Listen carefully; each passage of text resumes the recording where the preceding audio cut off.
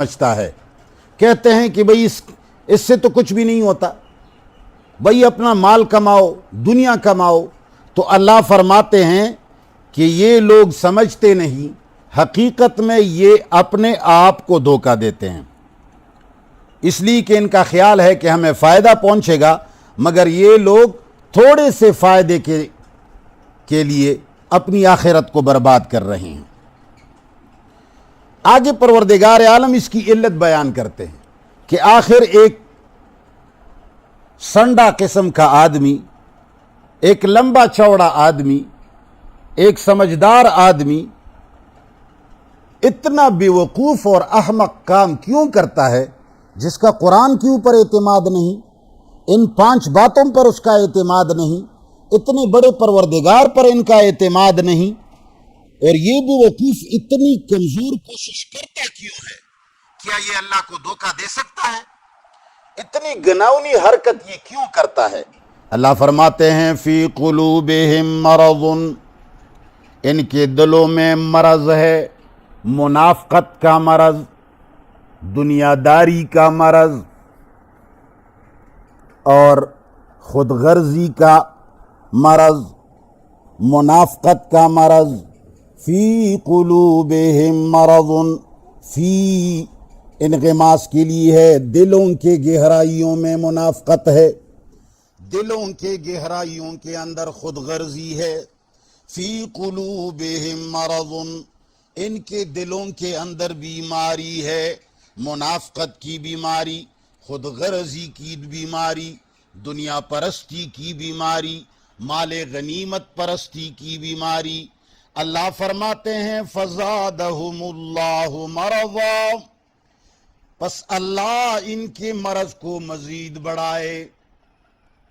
یا تو یہ بد دعا ہے فزادہم اللہ مرضا، اللہ ان کے مرض کو مزید بڑھائے، یا یہ خبر ہے کہ اللہ تعالیٰ ان کے مرض کو مزید بڑھاتا ہے۔ دن بدن یہ اپنے منافقت کے اندر آگے نکلتے ہیں، روز بروز آگے نکلتے ہیں، نئے نئے پینترے لگاتا ہے، نئی نئی باتیں کرتا ہے، نئے دعوے کرتا ہے۔ تو رب العالمین فرماتے ہیں فزادہم اللہ مرضا، پروردگار عالم ان کے مرض کو مزید بڑھاتا ہے، آیتیں اترتی ہیں، ان کے اوپر اعتماد مزید خراب ہو جاتا ہے، تو یہ آگے نکل جاتے ہیں، منافقت میں مزید بڑھتے ہیں۔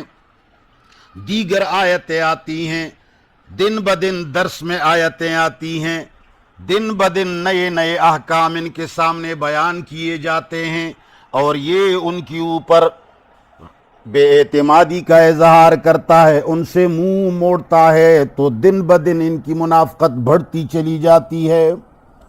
تو اللہ نے فرمایا فزادہم اللہ مرضا، پس پروردگار عالم ان کے مرض کو مزید بڑھا رہا ہے۔